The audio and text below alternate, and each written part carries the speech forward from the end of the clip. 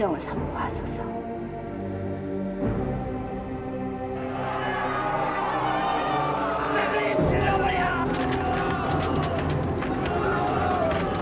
중전마마의 국상을 선포하셔야 할 것이옵니다.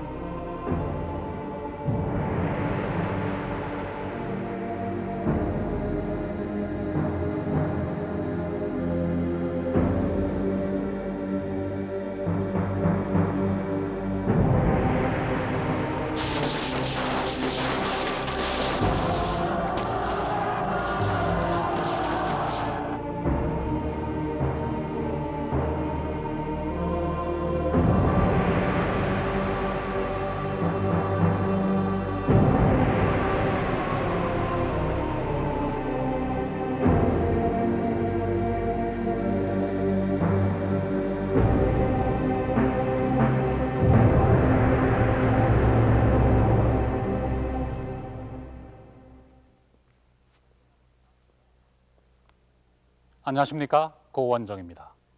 조선조 26대 왕 고종의 비였던 명성황후, 그리고 그 고종의 아버지인 대원군, 이 두 사람은 서로에게 있어서 가장 강력한 정치적 라이벌이었습니다. 19세기 말 격동하는 시대 상황 속에서 이들은 권력의 자리를 바꿔가면서 서로를 견제했습니다. 가중대원은 제국주의 열강의 침투 앞에서 이 두 사람은 각각 척사와 개화로 의견을 달리했습니다만 그들이 구하고자 했던 것은 실상 동일한 것이었다고 할 수 있습니다. 왕권의 수호와 조선의 자강, 바로 그것입니다. 허나 1894년 6월 일본의 경복궁 습격 이후 두 사람의 이전의 대립 관계는 그 의미를 잃게 됩니다. 내정개혁이란 명분으로 일본이 조선을 보호국화하려는 야심이 너무나 뚜렷이 드러났기 때문입니다. 일본의 내정 간섭 하에서 두 사람의 행보는 어떻게 달라질까요? 무엇이 황후를 죽음으로 이끌어가며 무엇이 대원군을 그 죽음의 현장으로 끌어냈을까요? 대원군이 명성황후의 시해를 주모했다는 일본 측의 주장은 과연 사실일까요? 오늘도 100년 전의 두 분을 가상의 무대 위에 모시고 그 비극적 종말에 이르는 과정의 진상을 알아보도록 하겠습니다. 경복궁 습격 후 3개월. 그러나 조선의 정세는 일본이 뜻한 바대로 돌아가진 않았으니 조선에 신정부가 조직된 것이 벌써 3개월이 지났다. 그동안 제정된 신법령이 208가지나 된다. 한데 그 중에 단 한 가지라도 제대로 시행된 것이 있는가? 도대체 신정부에서는 무엇을 하고 있단 말인가? 죄송합니다. 신정부의 핵심인 군국 기무처 요인들은 물론 우리들이 힘할 만한 인사들로 구성은 돼 있습니다만 그런데 명색이 이 정부의 수반인 대원군이 사사건건 이들을 방해하고 대립함으로써 지장이 많습니다.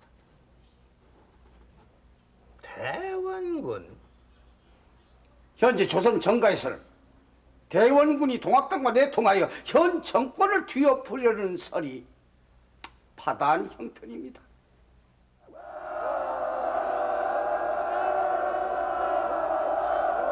그 무렵 자진 해산했던 동학농민군이 삼남에서 다시 일어나고 있었다.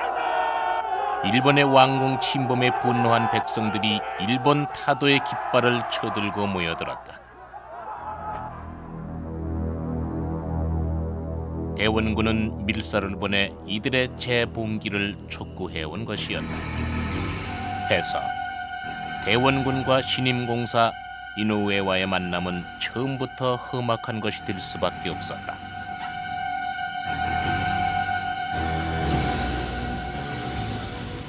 이렇게 방문해 주셔서 대단히 감사합니다. 앉으시죠.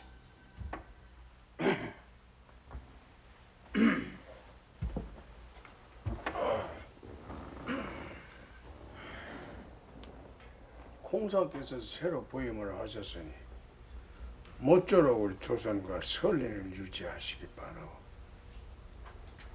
본인은 천황폐하의 뜻을 받들어 조선의 개혁 사업에 좀 더 박차를 가할까 합니다. 귀국이 우리 조선에 관심을 가져주신다니 감사하기가 이를 데 없소이다만 그 방법은 심사숙고해야 될 줄로 아옵니다.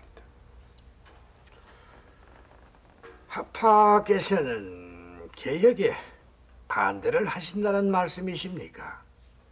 소위 개혁 업무를 담당한다는 군국 기무처가 지난 수개월 동안 무더기 새 법을 만드느라고 무척이나 바빴소이다만 관직의 이름이나 새로 만들고 관복의 소매 폭이나 줄이는 것이 그런 것도 개혁이더란 말이오. 옛날 한 고조는 천하를 다스리는데 약법 석장으로도 부족함이 없었소이다.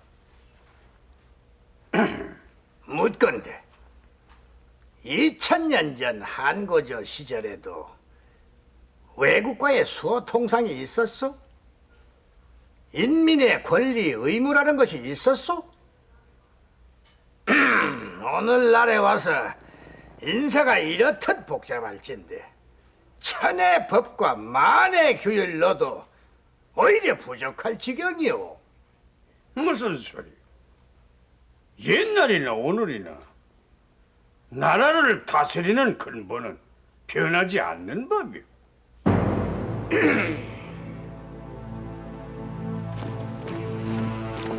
이노우에의 첫 번째 사업은 조선 조정 내 반일 세력, 곧 대원군을 제거하는 일이 됐다. 몇 달 전 대원군이 평양 관찰사에게 보낸 편지 몇 장이 그 목적에 이용됐다. 오늘은 제가 이노우의 공사의 뜻을 전하러 왔습니다. 공사께서는 몹시 노하고 계십니다. 조선의 정사에 대해서 공사와 내가 의견을 같이 해야 된다는 법이라도 있는가? 의견이 다른 것이 아니오라. 하파께서는 실은 우리 제국을 적으로 간주하고 계심이 아니오니까.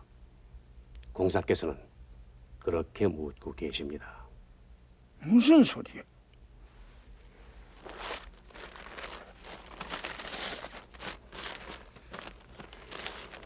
이 서한을 기억하시겠습니까?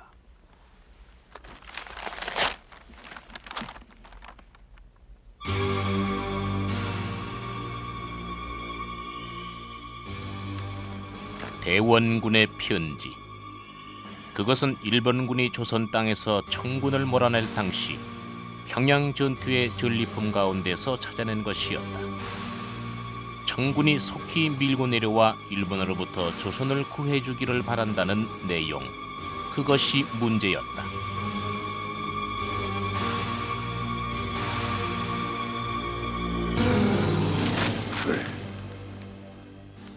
공사가 새삼 내게 이 서한을 보여주는 뜻이 무슨 뜻이란 말이냐? 사죄라도 하란 말인가? 공사께서는 하파께서 정무에 관여하시는 한 개혁의 시로를 거두기 어렵다고 생각하고 계십니다. 무엇이라고? 우리 제국은 오직 이웃나라의 우위로서 조선의 내정 개혁에 전력하고 있는 바입니다. 헌데 조선 정부 내에 청과 내통하여 우리 제국을 적대시하는 세력이 있다면 이것이 어찌 문제가 아니겠습니까? 하파께서 스스로 물러나심을 공표하시는 것이 좋을 것입니다. 그렇지 않다면 우리 정부는 이 문제를 조선 정부에 계속 문책하게 될 것입니다.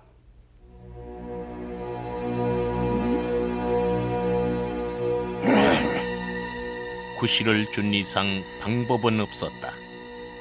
일본의 총포가 전 조선을 장악하고 있는 상황이었다. 일본에 의해 옹립된 대원군은 결국 일본에 의해 물러나게 됐고, 그 이틀 후 이노우에는 조선 정부의 새로운 내정 개혁안 20개조를 제시한다. 표면적으로 그것은 정부 조직과 제도의 근대화를 내세웠다. 허나 실제로 이노우에가 지향한 것은 왕실과 내각을 완전 분리하여 모든 정치 실권을 내각에 집중시킴으로써 일본의 내정 간섭을 용이하게 하는 것이었다.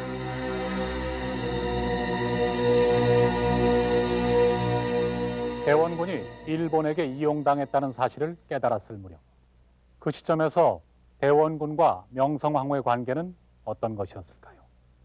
당시 명성황후가 남긴 한 편지는 두 사람이 불구대천의 원수지간일 뿐이었다는 고정관념을 깨뜨려주고 있습니다.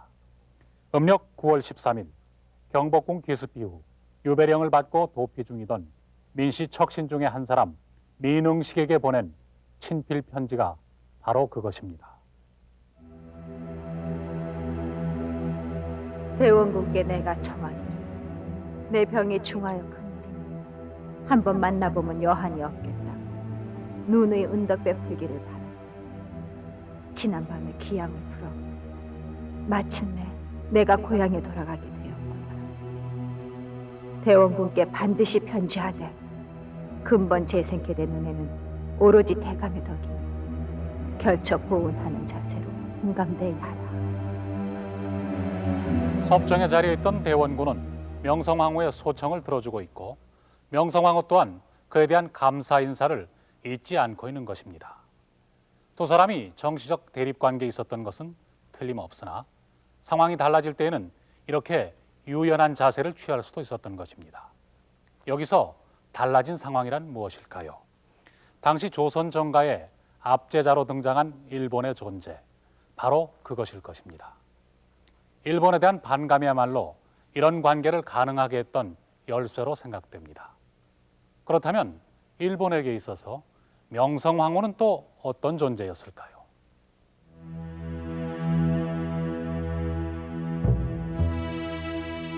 그 시기 경복궁 습격 이후 뒷전에 물러나 있던 중전에게 그 시기는 하나의 기회로 받아들여졌다.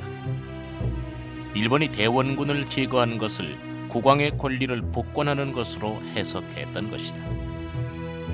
중전은 그 기회에 정부 내의 왕실의 친위 세력을 구축하고자 시도했다.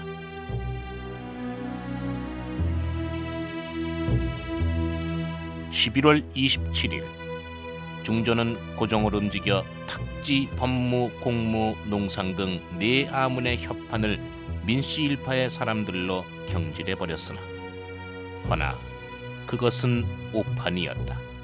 그 독단적 인사는 이노우에의 즉각적인 반격을 불러왔다.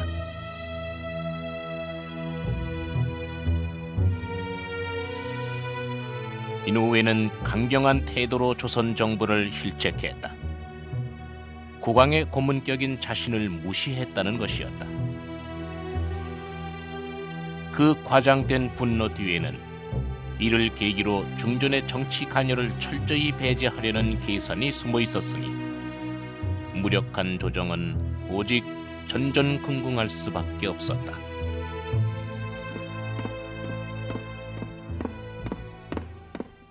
전하, 이노우의 공사듭시옵니다. 메시아라. 예.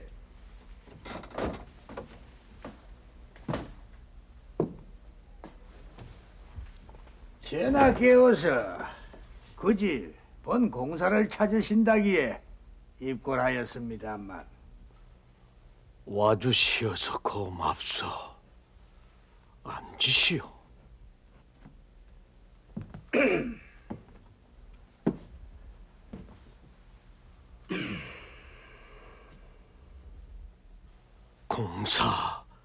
공사가 내 협판의 임명이 불가하다 한다면 이를 중지시키겠소.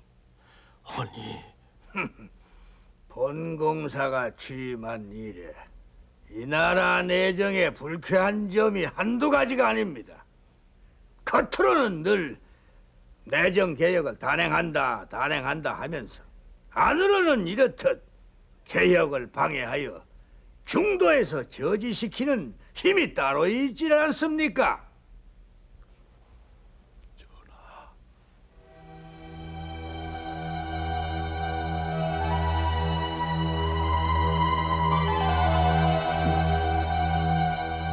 지금 공사는 중전을 두고 하시는 말씀이요?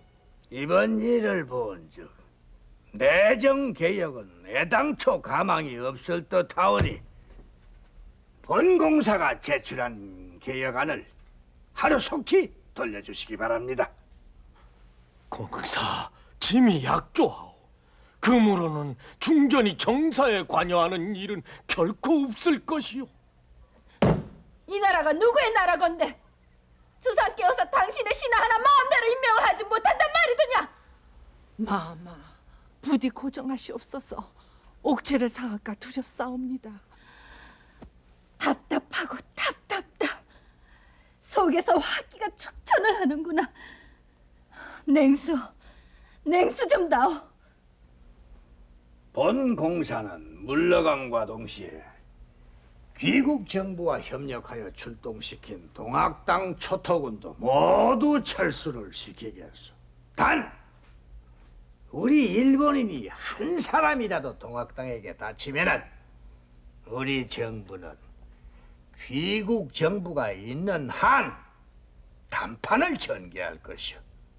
부득이한 경우에는 병력으로 죄를 다스림에 하등 고려함이 없을 줄 아시오.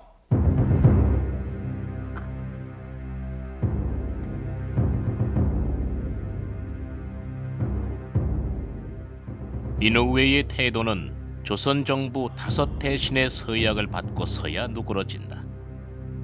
그 서약이란 요컨대 왕실과 족족이 정사에 간섭하려 들더라도 대신들 스스로 이를 거절하겠으며 개혁에 진력하겠다는 것이었다. 이미 이 나라는 이씨 왕조의 나라가 아니옵니다. 오로지 일본과 새 내각의 일본 당들이 이 나라를 좌지우지할 모양 아니오이까. 개혁이라는 명분으로 일본이 이 나라를 통째로 삼키고자 하는 야심, 네 모르겠느냐? 어찌할꼬?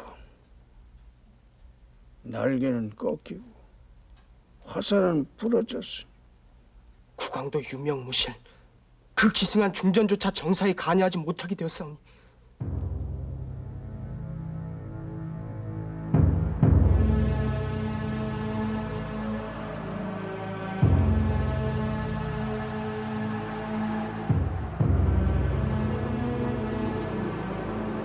마마, 날씨가 차옵니다.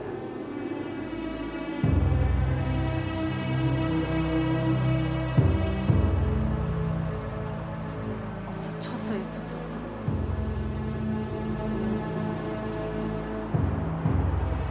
마마. 그해 12월 일본군은 공주로 육박하던 동학농민군을 완전히 제압한다. 그로써 일본의 내정 간섭에 저항하던 세력은 모두 분쇄됐다. 대원군도 중전도 동학농민군도. 이후 조선 정부는 이노우에의 안에 따른 2차 개혁에 착수하면서 왕실 존칭을 승격한다. 전하의 호칭이 폐하로 높여졌으나 그 실상 왕권은 축소됐고 나라의 운명은 일본의 손안에 들어 있었다. 보셨다시피 1894년이 저물어갈 무렵 이노우에의 노회한 술책에 의해서 대원군과 명성황후는 다같이 정치의 전면에서 거세되어 무력화돼 있었습니다. 이것은 당시 명성황후와 대원군에게는 일본과 친일 강요들이 제1의 공적이었다는 의미이기도 합니다. 그런데 정치적으로 그렇게 무장해제되어 있었음에도 불구하고 명성황후 시해 사건은 바로 그 이듬해에 일어났습니다. 그리고 그 최후의 순간에 두 사람의 운명은 또 한 번 엇갈립니다. 8개월, 불과 8개월 만에 대체 어떤 일들이 일어났던 것일까요? 가장 큰 변화는 청일 전쟁의 끝과 함께 왔다. 1895년 4월 17일 승전국 일본은 막대한 배상을 조건으로 청과 강화 조약을 맺었다. 헌데 일본의 중국 진출의 위험을 느낀 열강들이 그 배상 조건에 제동을 걸었다. 러시아가 주동하여 프랑스, 독일 등 3국이 일본이 할양받은 요동반도를 되돌려주도록 요구했고, 일본은 결국 그 압력에 굴복했다. 그것이 왕후에게 일본의 약점을 일깨워준 것이었다.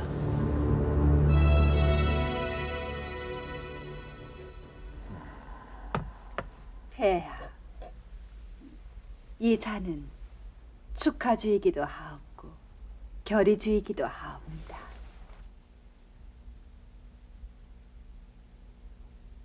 결의주는 또 무엇이오? 이 기회를 놓쳐서는 아니 된다는 결의이옵니다. 노소아가 일본을 주시하고 있음에 일본도 이전처럼 방자하게 굴지는 못할 터인즉 전후 신주의 이 기회를 어찌 허비하오리까? 지당하신 말씀이요. 마땅히 들어야지요.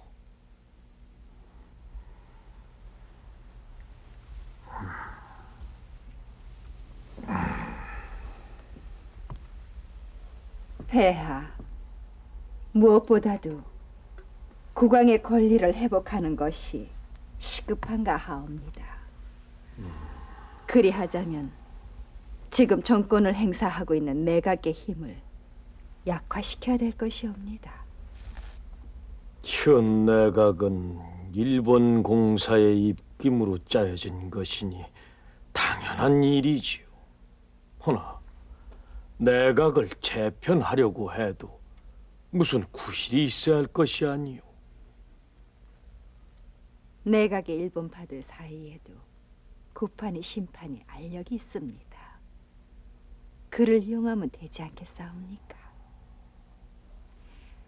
궁중에서 듣건대 군무 대신에게 실책이 있다고 하온즉 군무 대신은 짐의 재가도 받지 아니하고 병사를 출병시켰음에 짐이 조군무의 면책 문제를 가기에서 논의하라 하진 않았던가? 헌데 경들은 어찌하여 이 일을 덮어두려고만 하는가? 폐하, 황공하오나 그만 일로 군무 대신의 죄를 물음은 부당한가 하옵니다. 군무 대신은 양주 목사 부임에 호위병 1분대를 요청받고 궁방장에게 출병 준비를 시켰던 바, 제가가 나기 전에 출병을 시킨 것은 오로지 궁방장의 책임이 아닌가 하옵니다. 전하, 통정하옵소서. 종리 대신께서는 허면 아랫사람들 잘못이 윗사람들 책임이 아니란 말씀이시오. 조건무는 면직함이 마땅하오. 조건모는 결코 불충의 뜻이 아니었소이다. 듣기 싫다. 이러고서야 어찌 이 나라에 임금이 있다고 할 수 있겠느냐? 이처럼 모든 정사를 내각 대신들이 다 좌지우지할 양이면 차라리 너희들은 임금이 필요 없는 공화 정치를 세워 나라를 다스림이 좋을 것이다. 폐하, 이 모두가 신의 불찰이옵니다. 신을 죄주하소서. 폐하.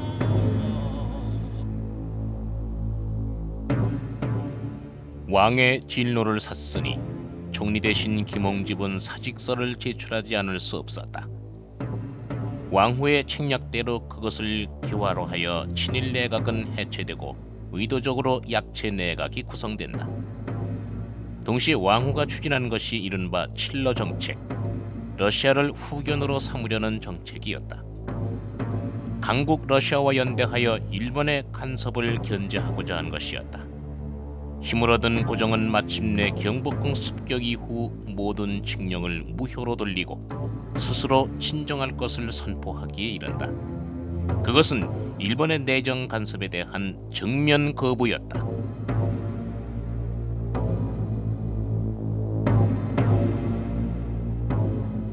이노우에는 앞으로의 조선 정책을 협의하기 위해 6월 7일 황황히 귀국길에 오른다. 러시아가 주도한 삼국 간섭으로 일본 정부는 매우 불리한 입장에 처합니다. 청나라로부터 한 푼의 전쟁 배상금도 받고 있지 않은 상황에서 당장 러시아와 일전을 벌일 여력마저도 없었을 뿐만 아니라 그렇다고 해서 한국 보호영화 정책마저도 포기할 수 없는 입장이었습니다. 이러한 문제를 협의하기 위해서 이노우에는 귀국합니다. 이노우에는 여기에서 중요한 제안을 하게 되는데 그것은 바로 한국을 보호령화하는 정책을 계속 추진하기 위해서 러시아와의 연결고리를 끊는다는 것입니다. 그에 대한 방안으로서 미우라를 자신의 후임 공사로 천거합니다. 그 시절 나는 먹이를 노리는 매처럼 사납고 민첩했느니라. 을미년의 그 몇 달만큼 내가 활기찬 때는 없었느니 친일 내각을 무너뜨리고 일본이 유명무실하게 만들어 놓은 내 군주의 권리를 다시 찾아들였으며 러시아와 친교를 맺어 나갔다. 얼마나 사정이 급했으면 저 교활한 일본 공사 이노우에가 불이라도 밟은 듯 황황히 조선으로 되돌아왔겠는가?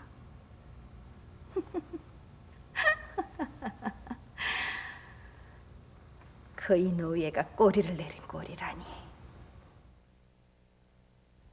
본 공사가 귀많은 즉시 아련을 청한 것은 조선 왕실에 기탄 없는 의견을 구하고자 함입니다. 본 공사에 대한 정책에 혹여라도 의혹이 계신다면 말씀을 해주십시오.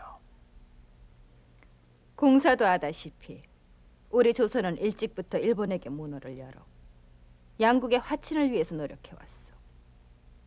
헌데 일본을 신임하다가 우리 왕실이 당한 것은 오직 봉역뿐이었어.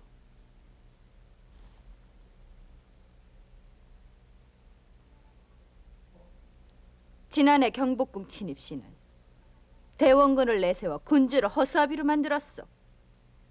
대원군이 물러나는가 했더니 그 다음에는 모든 정무를 내각으로 이전하여 군주는 오직 제가만을 하시게 되시었어. 이 어찌 유감이 아니겠소? 일본이 조선의 개혁만을 서두르다 보니 왕실의 입장을 헤아리지 못한 바 없지 않습니다. 앞으로는 왕실을 보호하는 데 있는 힘을 다할까 합니다.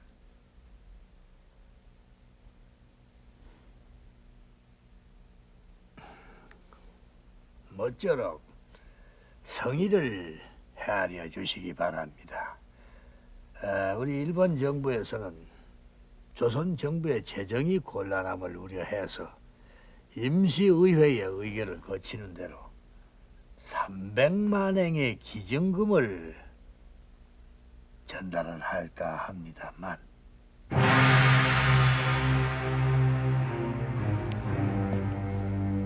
그때 초종에서의 일은 나하고는 아무 상관이 없는 곳에서 일이 일어나고 있었거니 나는 이미 잊혀진 사람이었느니라.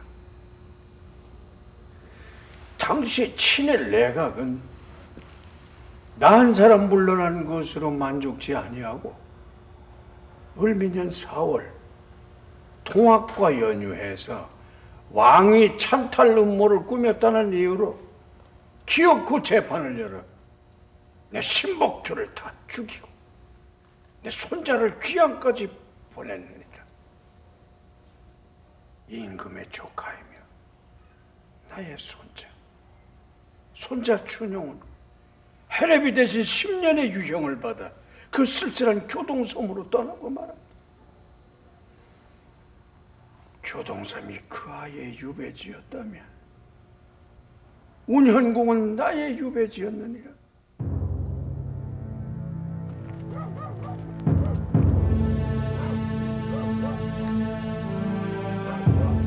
그 무렵 대원군에게는 그를 받들어 모시는 규법이라 하여 존봉의절 조목이 정해져 시행됐다. 그러나 그 내용은 사실상 감시에 지나지 않았다. 앞뒤 대문에는 가로빗장을 대고 순검들이 돌아가며 번을 섰으며 문밖 출입을 하고자 할 때도 항시 국내관과 순검들이 따라붙는 형편이었다. 대소신민들의 면회는 금지됐고 외국 공사들이 방문거자 할 때도 반드시 조회를 거쳐야만 했다. 그는 유폐된 몸이었다.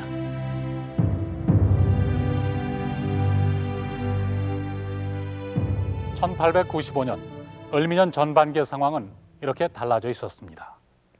대원군은 정계 일선에서 완전히 물러나 있었으며 명성황후는 재기의 기반을 다지고 있었습니다. 이노우에는 이전과는 180도로 태도를 바꿔서 왕실에 대한 정치적 보장과 경제적 보장을 약속하는 등 유화책으로 나오고 있었습니다. 이때 왕실은 일본과 타협하는 제스처를 보이면서 새 내각을 조직하는데 이 내각의 특징은 친일파가 단 한 사람도 남아있지 않다는 것이었습니다. 명성황후 시해 사건은 바로 그 얼마 후 일본 정부가 주한공사의 직을 이노우의 가오루로부터 미우라 고로로 전격 교체한 뒤에 일어납니다. 1895년 음력 6월 1일에 부임한 미우라 고로. 그가 주한공사로 임명된 것은 대단히 뜻밖의 일이었습니다. 그는 외교 경험이 전무한 과격파 육군 장성 출신으로서 조선과 같이 복잡 미묘한 지역의 정세를 능란하게 요리할 만한 인물로 인정하는 사람은 일본 내에서도 아무도 없었습니다. 미우라 고로를 후임 공사로 추천한 것은 바로 이노우에였습니다. 뿐만 아니라 이노우에는 미우라가 부임한 후에도 조선을 떠나지 않고 17일간을 공사관에서 함께 기거했습니다. 전임과 후임 공사가 함께 주재하는 경우는 외교가에서는 극히 이례적인 일입니다. 그리고 그 이노우에가 조선을 떠난 지 불과 20일 만에 명성황후는 살해됐던 것입니다. 이러한 정황으로 볼 때 명성황후의 시해는 이노우에가 일본에 가 있을 동안 이미 결정되었을 가능성이 큽니다. 이노우에는 유화적인 태도로서 황후를 방심케 한 뒤 미우라를 움직여서 거사를 하게 했던 것으로 보입니다. 즉 그것은 어느 개인의 동기에서 이루어진 일이 아니라 일본 정부가 정책적인 차원에서 추진한 일이 아닌가 하고 의심되는 것입니다. 이대로 가다가는 눈뜬 채 조선을 러시아에게 뺏기고 말 것이다. 어차피 여우 사냥은 해야 하는데 이곳 한성에서 동원할 수 있는 인원이 얼마나 될까? 조선 왕실의 횡포로 개혁 사업이 실패로 돌아가게 됐으니 현 정세에 통분하는 우익지사가 한둘이 아닙니다. 인원의 동원은 걱정하지 않으셔도 될 것입니다. 하지만 일본인을 앞장 세우는 것은 곤란합니다. 지난해 경복궁 기습 때도 그래 했습니다만 이건 어디까지나 조선인을 내세우는 것이 좋을 것입니다. 그렇다면 대원군? 그렇습니다. 현 정권과 대립해온 인물로서 조선 신민들이 수긍할 수 있는 제목으로는 대원군밖에 없습니다. 바로 그거요. 우리 일본의 사관들이 훈련시킨 조선인 훈련대가 있지 않는가? 대원군과 같이 그 훈련대원들을 동원할 수만 있다면 완벽하게 조선인들의 반란으로 보이게 될 것이다. 허나 과연 대원군이 나서줄까요? 지난번에도 스스로 나섰다가 쓴맛을 본 경험이 있는데 다시 우리를 신임할까요? 한시바삐 훈련대를 해산해야 하옵니다. 짐 또한 유념하고 있는 바요. 궁성 안을 수비하고 있는 시위대야 믿을만 하옵니다만 궁성 밖을 지키고 있는 저 훈련대는 원래 일본 파대 손안에서 키워낸 병대가 아니옵니까?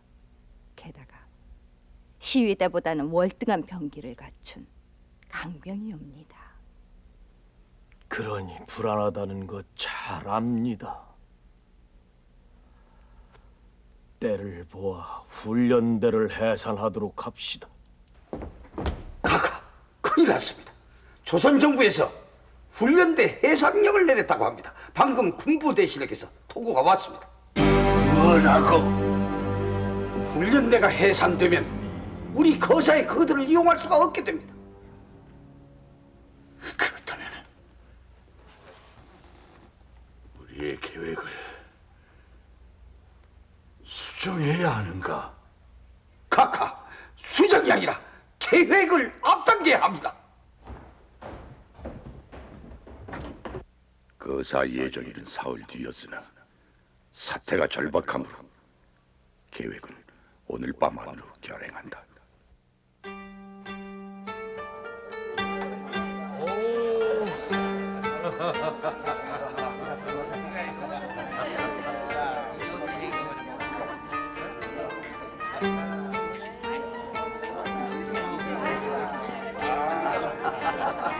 각자 맡은 임무는 변동이 없다. 난 7시부터 우치다 영사가 주최하는 만찬에 참석한다.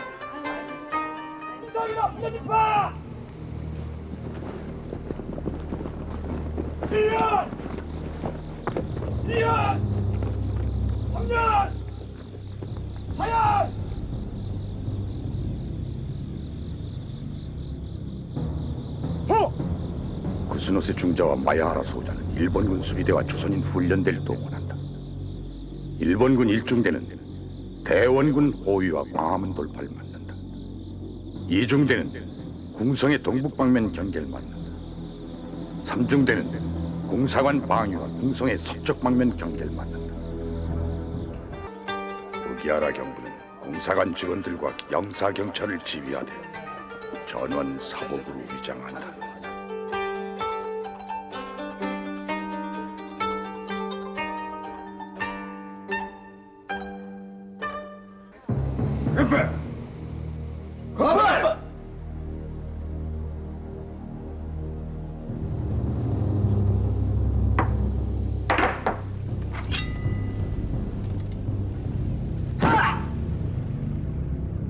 아다치군 시바군 우니모토군은 한성 신보사 기자들과 지사들을 동원한다.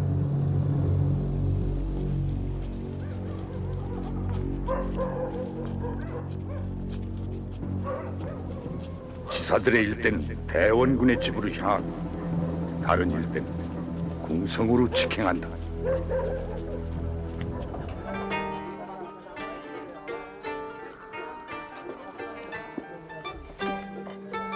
오카모토군과 호리구치 영사관부는 공동리 대원군의 멸장으로 가서 대원군을 모셔내온다.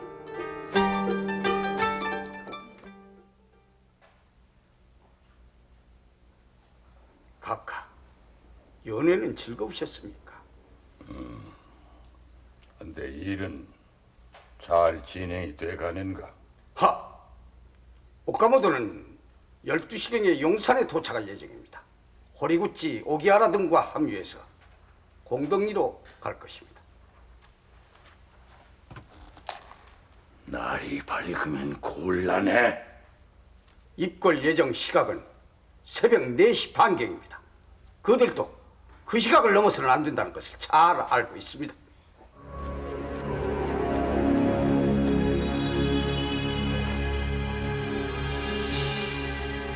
자정 무렵 오카모토 일행은 용산에서 출발, 현재 마포 지역인 공덕리로 향하고 있었다.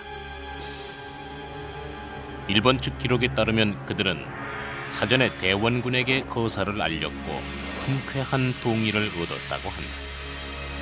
그것이 사실이라면 대원군은 대문을 열어놓고 그들을 기다려야 할 것이었다.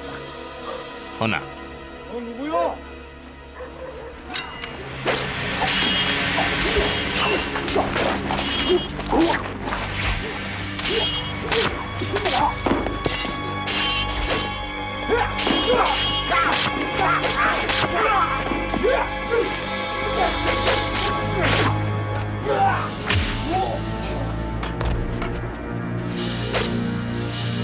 모두 부박하라.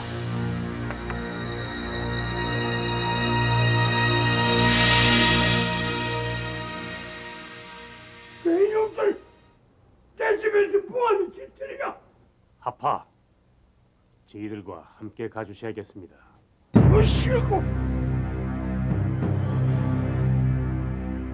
시해 사건의 주모자 중 한 사람 스기무라 후가시가 남긴 기록. 그는 이 기록에서 대원군이 거사 후 정사에 관여하지 않겠다는 미략에 동의한 것으로 쓰고 있다. 허나 정권을 얻지도 못하면서 왕후 시해에 누명을 쓰는 일을 그가 과연 동의했을까? 동의했다면 그들은 왜 3시 반이 넘어서야 겨우 그곳을 출발하게 됐을까? 그들의 입궐 예정 시각은 4시 반. 그러나 대원군의 별장에서 2시간 이상을 지체하게 된 것이다. 자기들이 만행과 그 사건을 숨기기 위해서 그리고 책임을 모면하기 위해서 대원군이 여기에 앞장서고 주동하였다 이런 식으로 이렇게 각본을 짰던 거죠. 사건 당일 그 8일 12시에 이제 그들은 이제 대원군 침실로 쳐들어갔습니다. 쳐들어가 가지고서 그 대원군을 끌어내려고 했습니다만은 대원군이 완강하게 이 거부하는 바람에 본래 그들이 새벽 4시 반까지 대원군을 이제 왕궁에 모셔다 놓고 그 앞에서 민비를 죽이려고 했었습니다만은 이제 대원군의 그 뭡니까 이 거절로 겨우 새벽 6시가 되어서야 경복궁에 도착할 수가 있었습니다. 그 6시라는 시간은 다른 게 아니고 이미 날이 밝아가지고 모든 것이 이제 외국인에게도 공개돼 버리고 지나간 행인들에게도 전부 다 가고 노출되어 버렸다는 것을 의미하게 됩니다. 4시 반이 지났는데 왜 아무런 기척이 없는가? 이봐 스키무라군, 하! 네가 일을 그르친 것 아닐까? 벌써 5시 반이 다 돼가는데.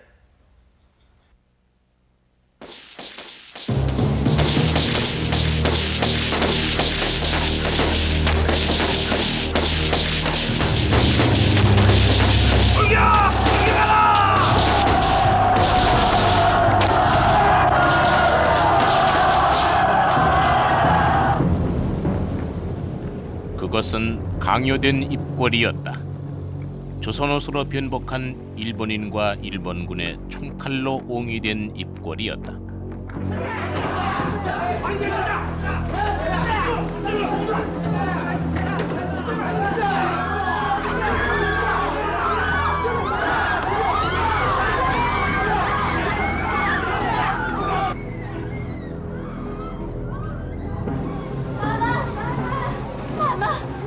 이 일을 어찌합니까, 마마? 시끄럽다. 왜 모두 가느냐?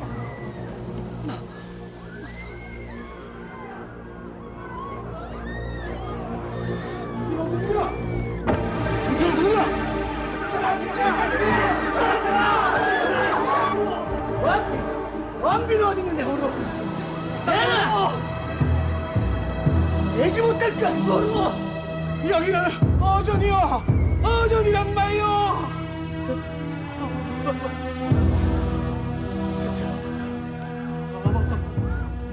태자야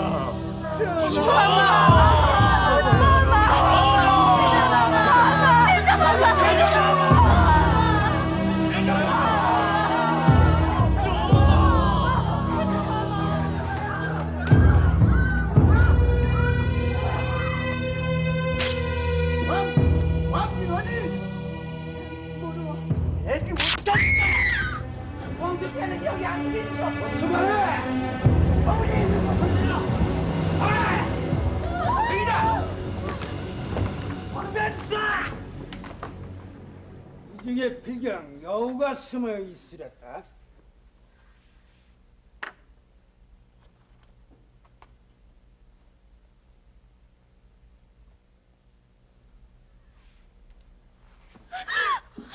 누가 왕비냐? 바로 대하자! 황후폐하는 여기 아니 계시오. 아니 계신다. 마마! 마마! 마마는 어디 계시오니까? 마마! 마마! 마마는 아닌데요! 네 이놈들! 이 불안당 같은 놈들! 얘가 어디라고 감히 범접하는 게냐!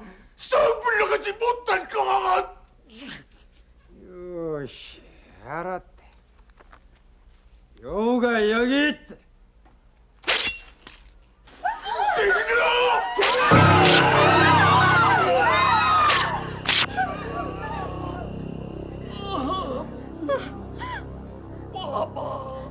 말을 아니 됐다.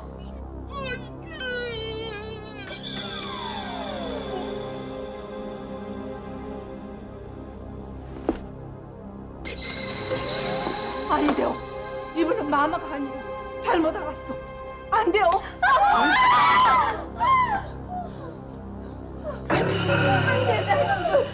아니 내 놈들.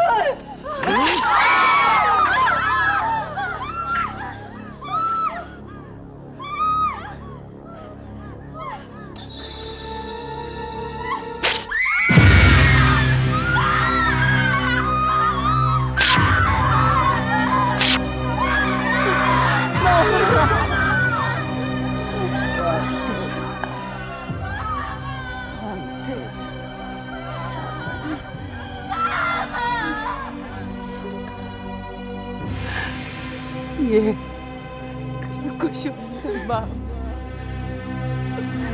마마.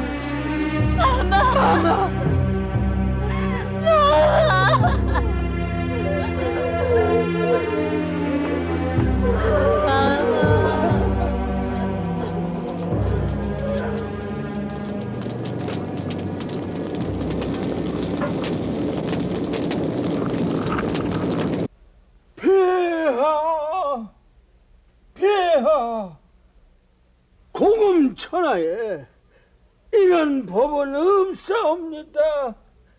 서로 전쟁 중이라 할지라도 이렇듯 왕실을 유린하는 법은 없사옵니다. 500년 종사에 어찌 기어이 이런 날을 보게 된단 말입니까? 폐하, 짐의 이 손으로, 이 두 손으로 슬로 아무것도 막아내지 못했단 말이오이까? 폐하, 폐하, 폐하, 철통하고 철통하옵니다.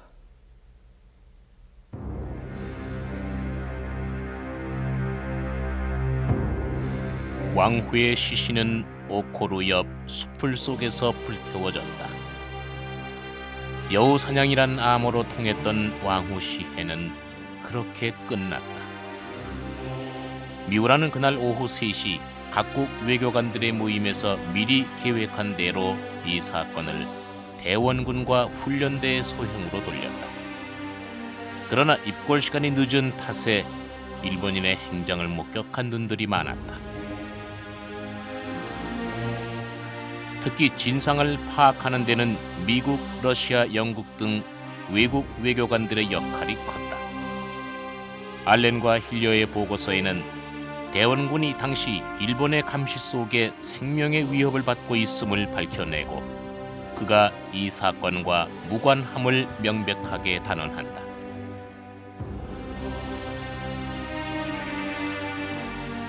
일본 관련을 부인하지 못하게 되자 일본 정부는 10월 17일 재빨리 관련자 47명을 전원 소환, 재판에 붙인다.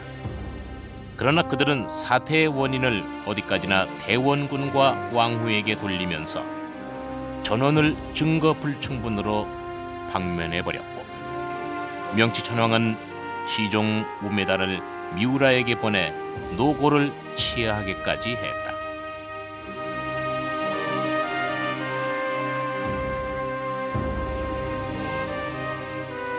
명성왕후의 장례는 그로부터 2년 뒤에야 비로소 치러질 수 있었다. 시신도 없이 타다 남은 재와 귓뼈 한 조각으로 치러진 장례였다.